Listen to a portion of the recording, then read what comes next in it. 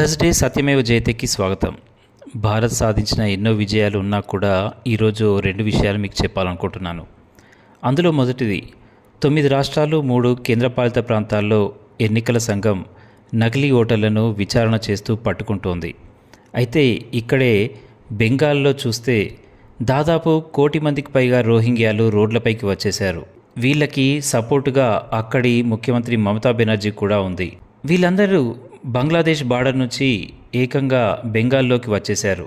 వీళ్ళందరికీ ఓటర్ కార్డులు, ఆధార్లు, ప్రభుత్వ పథకాలు ఇచ్చి తన ఓటు బ్యాంకును కాపాడుకుంటూ ఉంది అక్కడి మమతా బెనర్జీ.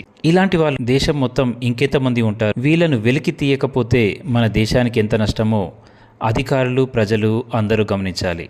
త్వరలోనే మన తెలంగాణలో కూడా ఇలాంటి చర్య చేపడితే చాలా బాగుంటుంది. ఇక రెండవది, ఒక పెద్ద దొంగ శాస్త్రవేత్త భారత్కి దొరికిపోయాడు. 30 ఏళ్ల చీకటి చరిత్ర అతంది. 60 ఏళ్ల అఖ్తర్ హుస్సేన్ కుతుబుద్దీన్ అహ్మద్ బార్క్లో నకిలీ శాస్త్రవేత్తగా ఇన్ని రోజులు చలామణి చెందాడు.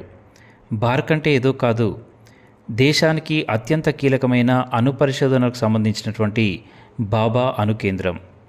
తన నకిలీ ఐడిని వాడుకొని దాదాపు 40 సార్లు రహస్య పర్యటనలు చేశాడు. 20 సార్లు ఇరాన్కు, సౌదీ అరేబియాకు 15 సార్లు, రష్యా, థాయిలాండ్ వంటి దేశాలకు కూడా వెళ్ళాడు. ఇలాంటి వ్యక్తి అత్యంత సున్నితమైన ప్రాంతంలో ఇన్ని సంవత్సరాలుగా తిరుగుతూ అతను ఏమేం కనుగొన్నాడు, వేటిని వేరే దేశాలకు అమ్మేశాడో తెలియాల్సి ఉంది. 1996 నుంచి ఇతను మరియు ఇతని సోదరుడి యొక్క బ్యాంక్ లావాదేవీలు చూస్తే చాలా భారీగా నిధులు వచ్చినట్టు తేలింది. ఇవన్నీ దేశ వ్యతిరేక కార్యకలాపాలకు ఉపయోగించారా లేదా గూఢచర్యనా అని తెలియాల్సి ఉంది. ఒక రష్యన్ శాస్త్రవేత్త నుండి ఈ అఖ్తర్ ఒక అణు డిజైన్ను తీసుకున్నాడు.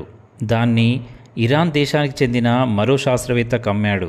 ఇది కేవలం ఆర్థిక మోసం కాదు, దేశం యొక్క అణుభద్రతకు సంబంధించిన అత్యంత ప్రమాదకరమైన గూఢచర్య. ఇలాంటి వ్యక్తులు దేశం వ్యవస్థలోని లోపాలను వాడుకొని ఎంత నష్టం కలిగించి ఉంటాడనేది అంతు చిక్కని ప్రశ్న. ఇలాంటి ప్రతి కుక్కను వెతికి పట్టుకోవాల్సిందే, లాగి తన్ని మరీ జైల్లో పడేయాల్సిందే. భారతదేశానికి వ్యతిరేకంగా ఉన్నటువంటి ఎవరినైనా సరే ఇక వదిలే ప్రసక్తే లేదు. అలాంటి భారతమే కదా మనకు కావాలి. దర్యాప్తులో ఇంకెన్నో విషయాలు తెలియాల్సి ఉంది.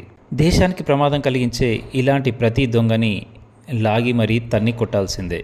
ఇదండి ఈరోజు సత్యమేవ జయతే. ధన్యవాదాలు.